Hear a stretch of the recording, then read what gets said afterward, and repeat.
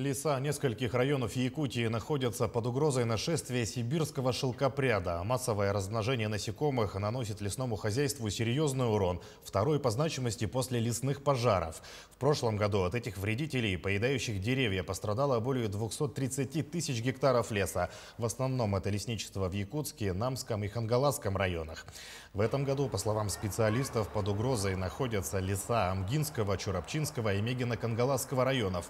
Объеденный шелкопрядом лес мертвый и выглядит как будто после пожара. Излюбленная пища насекомых – хвойные насаждения. В период массового размножения на одном дереве может находиться от 200 до 2000 гусениц. В этом году после зимовки гусениц мы продолжили учеты исследования шелкопряда.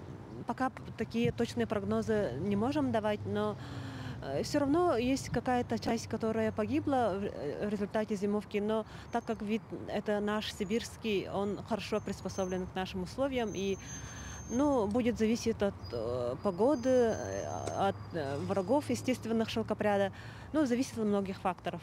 Шелкопряд наиболее поражает сильно места, где есть несанкционированные свалки, есть места вырубки лесов, есть после пожара ослабленный древостой. Но если хороший, здоровый лес выдерживает дефоляцию, такой лес он может погибнуть. Он как бы сам физиологически ослабленный и не выдерживает объедания шелкопрядом.